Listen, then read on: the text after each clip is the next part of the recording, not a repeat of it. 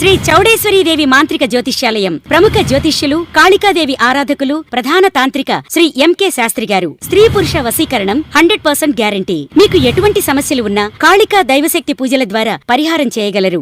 మంచోడు మంచోడు అంటే మంచం కోళ్ళు ఎత్తుకుపోయాడట. జపాన్ పరిస్థితి కూడా అచ్చం అలాగే తయారైంది. పాపం జపాన్కు వేరే దారి లేకపోయింది. సీన్ కట్ చేస్తే గత 70-80 ఏళ్లుగా మాకు వెపన్స్ వద్దు, వారొద్దు, మేం బుద్ధిగా ఉంటామని గొడవలకు దూరంగా పారిపోతూ వచ్చిన జపాన్ చివరకు ఇష్టం లేకపోయినా ఆ అడుగు వేయక తప్పలేదు. హిస్టరీ ఆడే గేమ్స్ భలే విచిత్రంగా ఉంటాయి కదా. ఒక్కసారి ఫ్లాష్ బ్యాక్లోకి వెళ్తే రెండో ప్రపంచ యుద్ధం టైం గుర్తు చేసుకోండి. అప్పట్లో అమెరికా జపాన్ అంటే ఉప్పు నిప్పు, ఒకరిని చూస్తే ఒకరికి మండుకొచ్చేది. జపాన్ వెళ్ళి అమెరికాలోని పర్ల్ హార్బర్ మీద అటాక్ చేస్తే దానికి రివెంజ్గా అమెరికా అణుబాంబు వేసి హిస్టరీలోనే మోస్ట్ డేంజరస్ పని చేసింది. ఆ దెబ్బకి జపాన్ మొత్తం షేక్ అయిపోయింది. ఇక జన్మలో కత్తి పట్టకూడదు అని డిసైడ్ అయిపోయింది. కానీ కాలం ఎప్పుడూ ఒకేలా ఉండదు కదా బాసు. సీన్ మొత్తం రివర్స్ అయింది. ఒకప్పుడు బద్ద శత్రువులు ఇప్పుడు జిగ్రీ దోస్తులు అయిపోయారు. ఎంత క్లోజ్ అంటే జపాన్ తన సేఫ్టీని, చట్టాలని, చివరకు తన రాజ్యాంగాన్ని కూడా అమెరికా చేతిలో పెట్టేసింది. ప్రపంచం మొత్తానికి మేము ఇంకెప్పుడు వార్ చెయ్యం, మాకు ఆర్మీతో పని లేదు అని ప్రామిస్ చేసింది. అంతా బాగానే ఉంది అనుకుంటున్న టైంలో సిచ్యువేషన్ మారిపోయింది. ఇన్నాళ్ళు ఏ అమెరికా అయితే జపాన్కు బాడీగార్డ్ లాగా ఉందో అదే అమెరికా ఇప్పుడు జపాన్కు పెద్ద హెడ్ఏక్గా మారింది. మనకు ఒక సామెత ఉంది కదా, నమ్మినోడే నట్టేట ముంచాడని. సరిగ్గా అలాగే ట్రస్ట్ పోయినప్పుడు, క్లోజ్ ఫ్రెండ్ బర్డెన్గా మారినప్పుడు జపాన్కు పదే పదే గుర్తొస్తున్న ఒకే ఒక్క పేరు మన భారత్. అసలు జపాన్ నిజంగానే భారత్ వైపు అడుగులు వేస్తుందా? ఒకవేళ అదే జరిగితే ప్రపంచం మీద దాని ఎఫెక్ట్ ఎలా ఉండబోతుంది? ఇదే ఇవాల్టి టాపిక్. దీని గురించి క్లియర్గా తెలుసుకోబోయే ముందు చిన్న రిక్వెస్ట్, మీరు మా ఛానల్ సబ్స్క్రైబ్ చేసుకోకపోతే వెంటనే సబ్స్క్రైబ్ చేసుకోండి. కామెంట్ సెక్షన్లో జై హింద్ అని రాయడం మర్చిపోకండి. ఇక్కడ ఒక మ్యాటర్ క్లియర్గా అర్థం చేసుకోండి. జపాన్ సైలెంట్గా ఉంది కదా అని అదేదో వీక్ అనుకుంటే పప్పులో కాలేసినట్టే. పులి పడుకుంది కదా అని వేట మర్చిపోయినట్టు కాదు. జపాన్ తన పవర్ని ఇంకా బయట పెట్టలేదు అంతే. పైకి మిలిటరీ పవర్గా కనపడకపోవచ్చు, కానీ జపాన్ గనుక ఒక్కసారి ఫిక్స్ అయ్యి వెపన్స్ తయారు చేయడం మొదలు పెడితే వరల్డ్ పవర్ బ్యాలెన్స్ మొత్తం ఒక్కసారిగా కదిలిపోతుంది. ఎందుకంటే టెక్నాలజీ విషయంలో జపాన్ అమెరికా కంటే కూడా చాలా అడ్వాన్స్డ్గా ఉంది. వాళ్ళ ఇంజిన్ టెక్నాలజీ అయినా, హై క్వాలిటీ తయారీ అయినా జపాన్ తోపు. వాళ్ళు కనుక సీరియస్గా తీసుకుంటే అమెరికా డామినేషన్కి డైరెక్ట్గా చెక్ పెట్టగలరు. ముఖ్యంగా సబ్మెరైన్ల విషయంలో జపాన్ దగ్గర ఉన్న ఏఐపి టెక్నాలజీ వరల్డ్ క్లాస్ అనే చెప్పాలి. వీటిని వాడితే శత్రువుల కళ్ళ ముందే వాళ్ళ ముక్కు కింద నెలల తరబడి నీళ్లలో దాక్కున్న ఎవ్వరూ కనిపెట్టలేరు. ఇక వారి వార్షిప్స్ టెక్నాలజీ అయితే అమెరికన్ షిప్స్ కంటే బెటర్ అని ఎక్స్పర్ట్స్ అంటుంటారు. కానీ ఇక్కడ ఒక చిన్న ట్విస్ట్ ఏంటంటే జపాన్ ఈ శక్తిని ఇన్నాళ్ళు కేవలం సెల్ఫ్ డిఫెన్స్ కోసమే డెవలప్ చేసుకుంది తప్ప అటాక్ చేయడానికి కాదు. సింపుల్గా చెప్పాలంటే కత్తి చేతిలో ఉంది కానీ ఇంకా వరలో నుంచి బయటకు తీయలేదు అంతే. కానీ ఇప్పుడు అమెరికా తన నిజస్వరూపం చూపించడం మొదలుపెట్టింది. ప్రొటెక్షన్ ఇవ్వడానికి బదులుగా జపాన్ దగ్గర నుండి భారీగా డబ్బులు డిమాండ్ చేస్తుంది. అమెరికా బిహేవియర్ చూస్తుంటే డబ్బులు ఇస్తేనే ఫ్రెండ్షిప్, లేకపోతే లేదు అన్నట్టుగా ఉంది. అంటే సేఫ్టీ అనేది ఇక ట్రస్ట్ మీద కాదు, బ్యాంక్ బ్యాలెన్స్ మీద ఆధారపడి ఉంటుందని జపాన్కు క్లియర్గా అర్థమైపోయింది. అందుకే జపాన్ ఒక కఠినమైన నిర్ణయానికి వచ్చింది. మన రక్షణ మనమే చూసుకోవాలి, పక్కింటోడి మీద ఆధారపడితే పస్తులుండాల్సిందే అని ఫిక్స్ అయింది. అందుకే తన చట్టాల్లో, రాజ్యాంగంలో మేజర్ చేంజెస్ చేస్తుంది. వెపన్స్ ఇంపోర్ట్, ఎక్స్పోర్ట్, మిలిటరీని వాడడం లాంటి రూల్స్ అన్నిటినీ మార్చేస్తుంది. అయితే ఇక్కడో కిటుకుంది.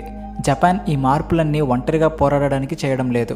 భారత్ లాంటి స్ట్రాంగ్ అండ్ ట్రస్టెడ్ దేశాలతో చేతులు కలపడానికే ఇదంతా. ఇప్పటిదాకా జపాన్ తలుపులు కేవలం అమెరికాకే తెరిచి ఉండేవి, కానీ ఇప్పుడు కొత్త గేట్లు తెరుచుకుంటున్నాయి. అందుకే చైనాకు చెక్ పెట్టడానికి Japan first time multi domain integration MDI అనే మాస్టర్ ప్లాన్ని పబ్లిక్గా అనౌన్స్ చేసింది. ఈ పేరు వినడానికి కొంచెం టెక్నికల్గా అనిపించవచ్చు, కానీ దీని కాన్సెప్ట్ చాలా సింపుల్. మన బాడీలో కళ్ళు, చేతులు, కాళ్ళు అన్నీ మెదడు చెప్పినట్టు ఎలా వింటాయో యుద్ధంలో కూడా భూమి, సముద్రం, ఆకాశం, స్పేస్ ఇలా అన్ని వైపుల నుండి ఫోర్సెస్ అన్నీ ఒకే నెట్వర్క్తో కనెక్ట్ అయి ఉంటాయి. ఈ ప్లాన్లో మన భారత్ కీ రోల్ ప్లే చేస్తుందని జపాన్ ఓపెన్గా చెప్పేసింది. దీనివల్ల ఫ్యూచర్లో మన భారతీయ డిఫెన్స్ కంపెనీలకు, రీసెర్చ్ సెంటర్లకు కోటాను కోట్ల విలువైన డీల్స్ వచ్చే అవకాశం ఉంది. ఇన్నాళ్ళు అమెరికా సేఫ్టీ పేరుతో జపాన్కు కాస్ట్లీ వెపన్స్ అమ్మేది, కానీ అమెరికా నమ్మకం మీద, ఆ ఖరీదైన బొమ్మల మీద ఆధారపడితే లాభం లేదని జపాన్ తెలుసుకుంది. పాతకాలం యుద్ధాలు వేరు బాసు. ఆర్మీ నేల మీద, నేవీ సముద్రంలో, ఎయిర్ ఫోర్స్ గాలిలో, ఎవరికి వాళ్ళు విడివిడిగా ఫైట్ చేసేవాళ్ళు. కానీ ఇప్పుడు ట్రెండ్ మారింది. ఇప్పుడు ఎండిఐ జమానా నడుస్తుంది.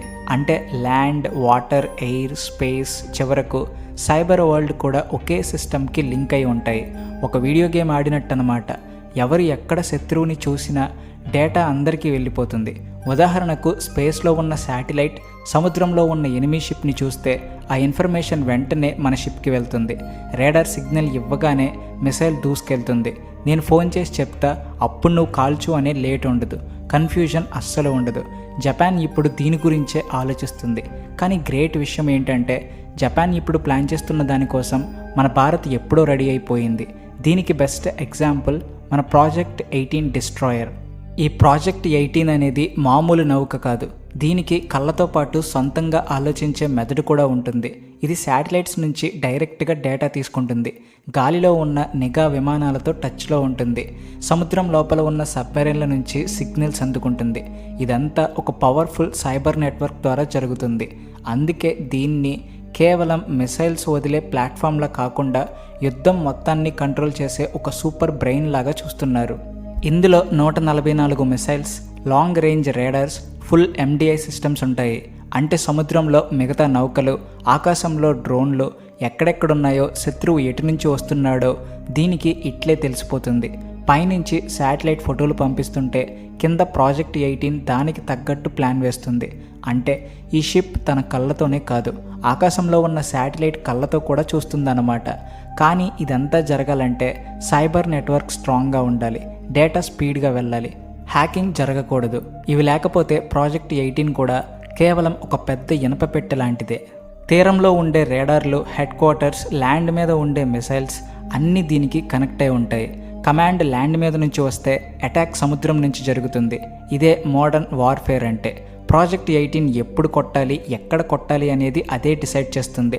అందుకే దీన్ని భారత్ నేవీకి దొరికిన వజ్రాయుధం అంటున్నారు. 2030 నాటికి ఇది పూర్తిగా మన నేవీ చేతికి వస్తుంది. అంటే ఫ్యూచర్ వార్ఫేర్ కోసం భారత్ ఇప్పుడే గ్రౌండ్ వర్క్ స్టార్ట్ చేసింది. మరోపక్క చైనా దగ్గర ఉన్న భారీ సైన్యాన్ని తట్టుకోవడానికి జపాన్ కూడా ప్రాజెక్ట్ షీల్డ్ అనే ఒక క్రేజీ ప్లాన్ వేసింది. ఈ ప్రాజెక్ట్ షీల్డ్ 2027 కల్లా రెడీ అవుతుంది. దీనికోసం సుమారు $2 బిలియన్ ఖర్చు పెడుతున్నారు. యుక్రెయిన్ వార్ చూసి జపాన్కి ఈ ఐడియా వచ్చింది. అక్కడ రష్యా ఖరీదైన ట్యాంకులను యుక్రెయిన్ వాళ్ళు చిన్న చిన్న డ్రోన్లతో ఎలా పేల్చేశారో చూశారు కదా. చీమలు కలిసి పాముని చంపినట్టు అనమాట. జపాన్ కూడా చైనా మీద అదే టెక్నిక్ వాడబోతుంది. చైనా దగ్గర సైన్యం, మనుషులు ఎక్కువ ఉండొచ్చు, కానీ జపాన్ దగ్గర డబ్బు, టెక్నాలజీ ఉంది. అందుకే మనుషుల ప్రాణాలు రిస్క్లో పెట్టకుండా డ్రోన్లను యుద్ధానికి పంపిస్తారు. గాలిలో, నీటిలో, నీటి అడుగున ఎక్కడ చూసినా వేల సంఖ్యలో డ్రోన్లని మోహరిస్తారు. దీనివల్ల చైనా వాళ్ళ కాస్ట్లీ మిసైల్స్ అన్నీ ఈ చిన్న డ్రోన్లను కొట్టడానికే అయిపోతాయి. దీన్నే అట్రిషన్ స్ట్రాటజీ అంటారు. దీనికోసం టర్కీకి చెందిన బేరక్తా TB2 ఇజ్రాయెల్ హెరాన్ డ్రోన్ల మీద జపాన్ కన్నేసింది. జపాన్ రక్షణ మంత్రి నకతాని స్వయంగా టర్కీ వెళ్ళి మరీ దీని గురించి మాట్లాడారు. శాంతిని కాపాడాలంటే యుద్ధానికి లేటెస్ట్ పద్ధతులు వాడక తప్పదని జపాన్ డిసైడ్ అయిపోయింది. ఇంకో విషయం ఏమిటి అంటే వెపన్స్ రేస్లో జపాన్ అమెరికాని కూడా దాటేసింది. అమెరికా నేవీ రైల్ గన్ అనే టెక్నాలజీ కోసం 20 ఏళ్ళు కష్టపడి $500 మిలియన్ తగలేసి చివరకు చేతకాక 2021లో వదిలేసింది. కానీ జపాన్ మాత్రం సైలెంట్గా తన పని తాను చేసుకుంటూ పోయి అదే టెక్నాలజీని సక్సెస్ చేసి తన వార్షిప్ నుంచి టెస్ట్ కూడా చేసింది. దీని స్పీడ్ ఎంతో తెలుసా? మ్యాక్ 6.5 అంటే ధ్వని వేగం కంటే 6.5 రెట్లు ఎక్కువ అన్నమాట. దీని రేంజ్ 100 నాటికల్ మైళ్ళు ఉంటుంది. అమెరికా వల్ల కానిది జపాన్ చేసి చూపించిందంటే వాళ్ళ టెక్నాలజీ లెవెల్ ఏంటో అర్థం చేసుకోండి. కేవలం వెపన్స్ మాత్రమే కాదు, జపాన్ పాలిటిక్స్లో కూడా పెను మార్పులు వస్తున్నాయి. జపాన్ ప్రధాని సనా తకైచి ఒక సంచలన ప్రకటన చేశారు. జపాన్ ఎన్నాళ్ళు ఫాలో అయిన శాంతి రాజ్యాంగం ఆర్టికల్ 9 ఇక హిస్టరీలో కలిసిపోబోతుందని క్లియర్ కట్గా చెప్పేశారు. మనం బ్రతకాలంటే మనం మారాలి, కాలంతో పాటు పరిగెత్తాలి అని తేల్చి చెప్పారు. నవంబర్ 2025లో తైవాన్ గురించి ఆయన చేసిన కామెంట్స్ బీజింగ్ గుండెల్లో రైళ్లు పరిగెత్తేలా చేశాయి. చైనా గనుక తైవాన్ మీద అటాక్ చేస్తే అది జపాన్ మీద అటాక్ కిందకే వస్తుందని వార్నింగ్ ఇచ్చారు. అందుకే జపాన్ రికార్డ్ స్థాయిలో రక్షణ బడ్జెట్ని పెంచేసింది, దాదాపు $58 బిలియన్. రీసెంట్గా డిసెంబర్ 2025లో చైనా జెట్స్ జపాన్ విమానాల మీద రేడార్ లాక్ చేశాయి. మిలిటరీ భాషలో రేడార్ లాక్ అంటే ట్రిగ్గర్ నొక్కడానికి రెడీగా ఉన్నాం, ఏమాత్రం తేడా వచ్చినా పేల్చేస్తామని అర్థం. ఇది చాలా సీరియస్ వార్నింగ్. సో ఇక్కడ పెద్ద ప్రశ్న ఏంటంటే, అమెరికా మీద ఆధారపడడం మానేసి జపాన్ బయటకు రావాలా? ఇన్నాళ్ళు అమెరికా గొడుగు నీడలో బతికిన జపాన్ ఇప్పుడు ఎండలోకి వచ్చి సొంతంగా నిలబడగలదా? ఒకవేళ సిచ్యువేషన్ చెయ్యి దాటిపోతే జపాన్ తిరగబడి కొట్టగలదా? ఈ మొత్తం సీన్లో భారత్ రోల్ ఎంత కీలకం కాబోతుంది? చైనా దూకుడుకు కళ్ళెం వెయ్యాలంటే భారత్ జపాన్ కలవడం ఎంతవరకు కరెక్ట్? ఇది ఏమైనా రాబోయే రోజుల్లో ఆసియాలో పెద్ద యుద్ధమే జరిగే సూచనలు కనిపిస్తున్నాయి. అప్పుడు జపాన్ కత్తి దూస్తుందా లేక మళ్ళీ అమెరికా వైపే చూస్తుందా అనేది కాలమే నిర్ణయించాలి. దీని మీద మీ అభిప్రాయం ఏంటో కామెంట్ సెక్షన్లో తెలియచేయండి. అలాగే వీడియో నచ్చితే please like and share and also thanks for watching.